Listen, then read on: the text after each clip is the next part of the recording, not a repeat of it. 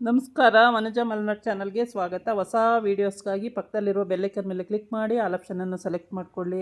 ಇವತ್ತು ಮುದ್ದು ಲಕ್ಷ್ಮಿ ಸೀರಿಯಲ್ಲು ಹೇಗೆ ಮೂವ್ ಆಯಿತು ಮತ್ತು ಈ ಸ್ಟೋರಿ ಏನು ನೋಡೋಣ ಬನ್ನಿ.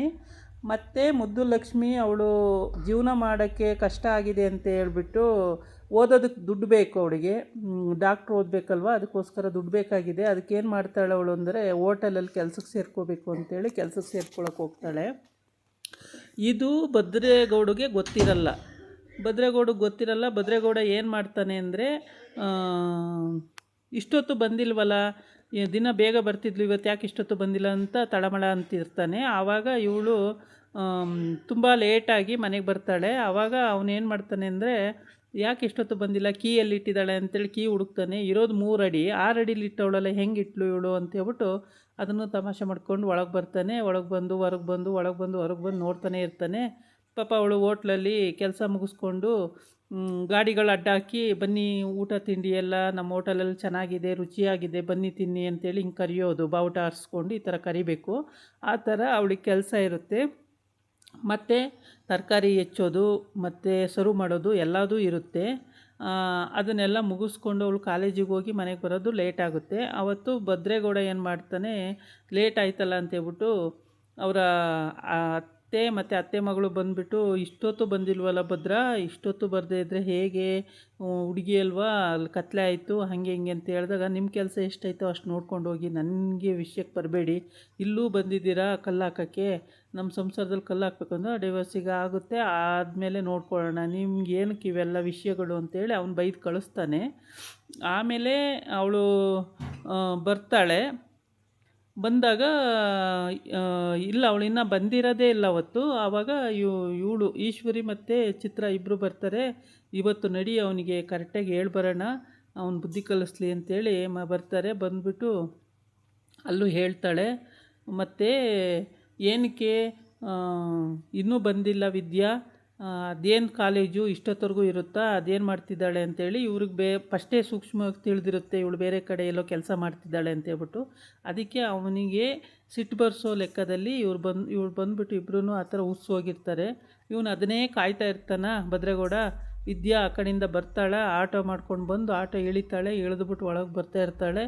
ಇಷ್ಟೊತ್ತು ಎಲ್ಲೋಗಿದ್ದೆ, ನಿಂತ್ಕೋ ಅಂತಾನೆ. ಅವಳು ಸೀದಾ ಸಲೀಸು ಹೋಗ್ತಾ ಇರ್ತಾಳೆ ಒಳಗೆ ಹೋಗಿ, ನಾನು ಮಾತಾಡ್ತಾನೆ ಇದ್ದೀನಿ, ಒಳಗೆ ಹೋಗ್ತಾ ಇದೀಯಾ, ನಿಂತ್ಕೋ ಅಂತ ನಿಲ್ಲಿಸ್ತಾನೆ. ಅವಳು ಎಷ್ಟೇ ಇದು ಮಾಡಿದ್ರು ನಿಲ್ಲಲ್ಲ. ಅದಕ್ಕೆ ನಿಮ್ಮ ಸ್ವಂತ ಬುದ್ಧಿಯಿಂದ ಕೇಳಿದರೆ ನಾನು ಹೇಳ್ತಾ ಇದ್ದೆ, ಅದು ಬಿಟ್ಟು ನೀವು ನಿಮ್ಮ ಅಟ್ಟಿಯವರು ಹೇಳಿರೋ ವಿಷಯನ ತಗೊಂಡು ನನ್ನನ್ನು ಕೇಳ್ತಾ ಇದ್ದೀರಾ, ನಾನೇನು ಹೇಳಲ್ಲ. ಅದೇ ನಿಮ್ಮ ಸ್ವಂತ ಬುದ್ಧಿಯಿಂದ ಇಷ್ಟೊತ್ತು ಎಲ್ಲೋಗಿದ್ದೆ, ಇಷ್ಟು ಲೇಟ್ ಆಗೋಕ್ಕಾಯ್ತು ಅಂತ ಕೇಳಿದ್ದಿದ್ರೆ ಅದಕ್ಕೆ ಆನ್ಸರ್ ಹೇಳ್ತಾ ಇದ್ದೆ ಅಂತ ಹೇಳ್ತಾನೆ. ಆಮೇಲೆ ಸರಿ ಅಂತೇಳ್ಬಿಟ್ಟು ಅವನಿಗೂ ಅರ್ಥ ಆಗುತ್ತೆ, ಅದು ಕೈ ಬಿಟ್ಬಿಟ್ಟು ಆಮೇಲೆ ಅವಳ ಪಾಡಿಗೆ ಅವಳು ತುಂಬ ಬಾಯಾರಿಕೆ ಆಗಿರುತ್ತೆ, ನೀರು ಕುಡಿತಾ ಇರ್ತಾಳೆ. ನಾನು ಕೇಳಿದ್ರು ನೀರು ಕುಡಿತಿದೀಯ ಅಂತೇಳಿ ಅದಕ್ಕೆ ಬೇರೆ ರೇಗ್ತಾನೆ. ಆಮೇಲೆ ಅವಳು ಅಷ್ಟು ಹೇಳಿದ ಮೇಲೆ ಅವನಿಗೆ ಅರ್ಥ ಆಗುತ್ತೆ. ಅವನು ಕೈ ಬಿಟ್ಬಿಟ್ಟು ಅವನ ಪಾಡಿಗೆ ಅವನು ಊಟ ಮಾಡ್ಕೊಂಡು, ಇವಳು ಊಟ ಮಾಡ್ಕೊಂಡು ಮಲ್ಕೊಳ್ಳೋಕೆ ಹೋಗ್ತಾರೆ. ಅವನು ನಿದ್ದೆ ಮಾಡ್ತಿರ್ತಾನೆ. ಇವಳು ಸರಿ ಎಲ್ಲ ಹಾಸಿ ಎಲ್ಲ ಮಾಡಿಬಿಟ್ಟು ಆಚೆ ಬರ್ತಾಳೆ. ಅವಳ ಅತ್ತೆ ಅಂದರೆ ಭದ್ರೇಗೌಡನ ಅತ್ತೆ ವಾಚ್ ಮಾಡ್ತಿರ್ತಾಳೆ, ಎಲ್ಲಿಗೆ ಹೋಗ್ತಿದ್ದಾಳೆ ಇಷ್ಟು ಬೇಗ. ಬೆಳಗ್ಗೆ ಎದ್ದು ಬೇಗ ರೆಡಿಯಾಗಿ ವಿದ್ಯಾ ಹೋಟೆಲಿಗೆ ಹೋಗ್ಬೇಕಲ್ವ, ಅದಕ್ಕೋಸ್ಕರ ಬೇಗ ರೆಡಿಯಾಗಿ ಹೋಗ್ತಾ ಇರ್ತಾಳೆ. ಅವಳು ಹೋಗ್ತಾ ಇರೋ ಟೈಮಿಗೆ ಇವಳು ಅದನ್ನು ಸರ್ಚ್ ಮಾಡೋಕ್ಕೋಸ್ಕರ ಬರ್ತಾಳೆ. ಇವಳು ಇಷ್ಟೊತ್ತಿಗೆ ಎಲ್ಲಿಗೆ ಹೋದ್ಲು ಅಂತೇಳ್ಬಿಟ್ಟು, ಮತ್ತೆ ಎಲ್ಲ 7:30ಗಲ್ವ ಕಾಲೇಜ್ ಇರೋದು, 5 ಗಂಟೆಗೆ ಏನು ಕಾಲೇಜ್ ಇರುತ್ತೆ, ಯಾಕೆ ಹೋಗ್ತಾಳೆ ಇಷ್ಟೊತ್ತಿಗೆ ಅಂತೇಳ್ಬಿಟ್ಟು ಹೇಳೋಣ ಅಂದರೆ ಭದ್ರ ಜಗಳಕ್ಕೆ ಬರ್ತಾನೆ. ಅವನ ಹತ್ರ ಹೇಳೋಕ್ಕೂ ಆಗಲ್ಲ ಅಂತೇಳಿ ಅಂದ್ಕೊಂಡಿರ್ತಾಳೆ. ಇಲ್ಲಿ ಹೋಟೆಲಿಗೆ ಬರ್ತಾಳೆ. ಅಲ್ಲಿಂದ ಬರೋ ಹೊತ್ತಿಗೆ ಸ್ವಲ್ಪ 1-1/4 ಗಂಟೆ ಲೇಟಾಗಿರುತ್ತೆ. ಅದಕ್ಕೆ ಆ ಹೋಟೆಲ್ ಓನರು, ಏನಮ್ಮ ನೀನು ಹೇಳೋದೊಂದು ಮಾಡೋದೊಂದು, ಬೇಗ ಬಂದೆ ಆವತ್ತು, ಇವತ್ತು ಯಾಕೆ ಲೇಟಾಗಿ ಬಂದೆ ಅಂತ ಕೇಳ್ತಾನೆ. ಆವಾಗ ಅವಳು ವಿದ್ಯಾ ಹೇಳ್ತಾಳೆ, ಇಲ್ಲ ನಾನು ಬರೋಕ್ಕೆ ರೆಡಿಯಾಗಿದ್ದೆ, ಸ್ವಲ್ಪ ಲೇಟಾಯಿತು, ಕ್ಷಮಿಸಬೇಕು ಅಂತ ಹೇಳ್ತಾಳೆ. ಸರಿ ಹೋಗು, ಕೆಲಸ ನೋಡ್ಕೊ ಹೋಗು ಅಂತ ಹೇಳ್ತಾನೆ. ಆಮೇಲೆ ಅವಳು ಮೇಲೊಂದು ಕೆಂಪುದು ಶರ್ಟ್ ಹಾಕ್ಕೊಂಡು, ಒಂದು ಬಾವುಟ ಇದು ಕಡ್ಡಿ ಇಟ್ಕೊಂಡು ರೋಡಲ್ಲೆಲ್ಲ ಬನ್ನಿ ಕಾಫಿ ತಿಂಡಿ ನಮ್ಮಲ್ಲಿ ಚೆನ್ನಾಗಿದೆ, ಎಲ್ಲದು ಸೂಪರಾಗಿದೆ, ಬನ್ನಿ ಅಂತ ತೋರಿಸ್ತಾನು ಕರಿತಾ ಇರ್ತಾಳೆ ಎಲ್ಲರನ್ನೂ. ಕೆಲವ್ರು ಬರ್ತಾರೆ, ಕೆಲವ್ರು ಹೋಗ್ತಾ ಇರ್ತಾರೆ, ಕಾರಲ್ಲಿ ಹೋಗೋರನ್ನೆಲ್ಲ ಕರಿತಾ ಇರ್ತಾಳೆ. ಆಮೇಲೆ ಓನರ್ ಕರೆದ್ಬಿಟ್ಟು, ಕರಿಯಮ್ಮ, ಅವಳನ್ನ ವಿದ್ಯಾ ಅವ್ರನ್ನ ಕರಿಯಮ್ಮ ಅಂತ ಹೇಳ್ತಾನೆ. ಕರೀತಾರೆ ಹೋಗಿ ಇನ್ನೊಬ್ಳು. ಆವಾಗ ಹೋಗಮ್ಮ ತರಕಾರಿ ಹೆಚ್ಚಿಕೊಡಮ್ಮ ಅಂತ ಹೇಳ್ತಾನೆ. ಸರಿ ತರಕಾರಿ ಹೆಚ್ಚೋಕ್ಕೂ ಬರ್ತಾಳೆ, ತರಕಾರಿ ಹೆಚ್ಚುತ್ತಾ ಇರ್ತಾಳೆ. ಆವಾಗ ತರಕಾರಿ ಹೆಚ್ಚುತ್ತಾ ಇರ್ತಾಳೆ. ಆಮೇಲೆ ಸರ್ವ್ ಮಾಡಬೇಕಾಗುತ್ತೆ ಅಂತ ಹೇಳ್ತಾರೆ, ಅಲ್ಲೋಗಿ ಸರ್ವ್ನೂ ಮಾಡ್ತಾಳೆ.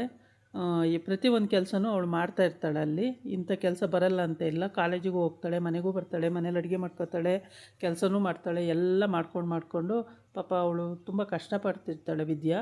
ಬಸ್ರಿ ಬೇರೆ ಇರ್ತಾಳೆ ಅಲ್ವಾ, ಹಾಗಾಗಿ. ಆಮೇಲೆ ಹೋಟೆಲಲ್ಲಿ ಯಾರೋ ಒಬ್ಬರು ತಿಂಡಿ ಬೇಕು ಅಂತಾರೆ, ಅವರಿಗೆ ಕೇಳಿಕೊಂಡು ಹೋಗಿ ತಿಂಡಿ ತಂದು ಕೊಡ್ತಾಳೆ. ದೊಡ್ಡ ಹೋಟೆಲ್ ಅದು, ಎಲ್ಲದೂ ಮಾಡ್ತಿರ್ತಾಳೆ ಪಾಪ. ಎಷ್ಟು ಕಷ್ಟಪಡ್ತಿರ್ತಾಳೆ ಅಂದರೆ ಅದು ಭದ್ರೇಗೌಡಂಗೆ ಗೊತ್ತಿರಲ್ಲ. ಗೊತ್ತಾದಾಗ ಅವನು ಪಾಪ ತುಂಬ ಫೀಲಿಂಗ್ ಮಾಡ್ಕೊಳ್ತಾನೆ. ಪಾಪ ಓದೋಕ್ಕೋಸ್ಕರ ಎಷ್ಟೊಂದು ಕಷ್ಟಪಡ್ತಿರ್ತಾಳೆ.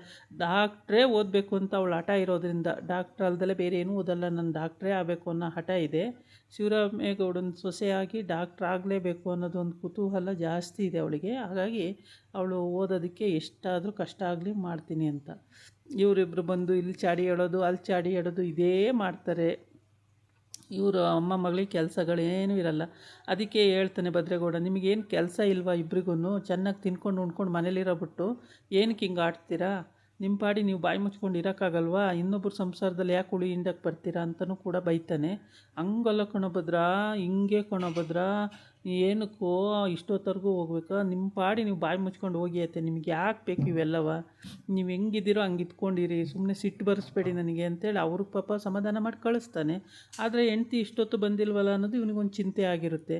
ಯಾಕೆ ಇಷ್ಟೊತ್ತು ಬರಲಿಲ್ಲ ಅಂತೇಳ್ಬಿಟ್ಟು. ಆಮೇಲೆ ಅವಳು ಲೇಟಾಗಿ ಬರ್ತಾಳೆ, ಆದರೆ ವಿಷಯ ಯಾರಿಗೂ ಗೊತ್ತಾಗಲ್ಲ, ಗೊತ್ತೂ ಇರಲ್ಲ. ಲಾಸ್ಟಲ್ಲಿ ಈ ಮದುವೆ ಫಿಕ್ಸ್ ಆಯಿತು ಅಂತೇಳಿ ಪತ್ರಿಕೆ ಎಲ್ಲ ಬರುತ್ತೆ. ಪತ್ರಿಕೆ ಬಂದಾಗ ನಮ್ಮ ಅಟ್ಟಿಯವ್ರನ್ನ ಮಾತ್ರ ಹೆಸರು ಸೇರಿಸಿದ್ದೀವಿ, ಬೇರೆ ಹೆಸರು ಯಾರೂ ಇಲ್ಲ, ನೋಡೋಣ ಒಂದ್ಸಲಿ ಅಂತ ತಮ್ಮ ತಂದು ಕೊಡ್ತಾನೆ. ಆಮೇಲೆ ನೀನು ನೋಡಿದೆಯಲ್ಲ ಬಿಡಪ್ಪ ಸಾಕು ಅಂತಾಳೆ. ಆಮೇಲೆ ಈಶ್ವರಿ ನಾನು ನೋಡ್ತೀನಿ ಕೊಡಿ ಅಂತಾಳೆ. ಅಲ್ಲೇನು ನೋಡೋದಿದೆ, ಅವ್ನು ನೋಡಿದ ಮೇಲೆ ಮುಗ್ದೋಯ್ತು, ಅವನು ಪಕ್ಕ ನೋಡಿರ್ತಾನೆ ಅಂತ ಹೇಳ್ತಾರೆ. ಇದಾಗಿತ್ತು ಇವತ್ತಿನ ವೀಡಿಯೋ. ನಾಳೆ ಇನ್ನೊಂದು ವೀಡಿಯೋ ಜೊತೆ ಬರ್ತೀನಿ. ನಮಸ್ಕಾರ.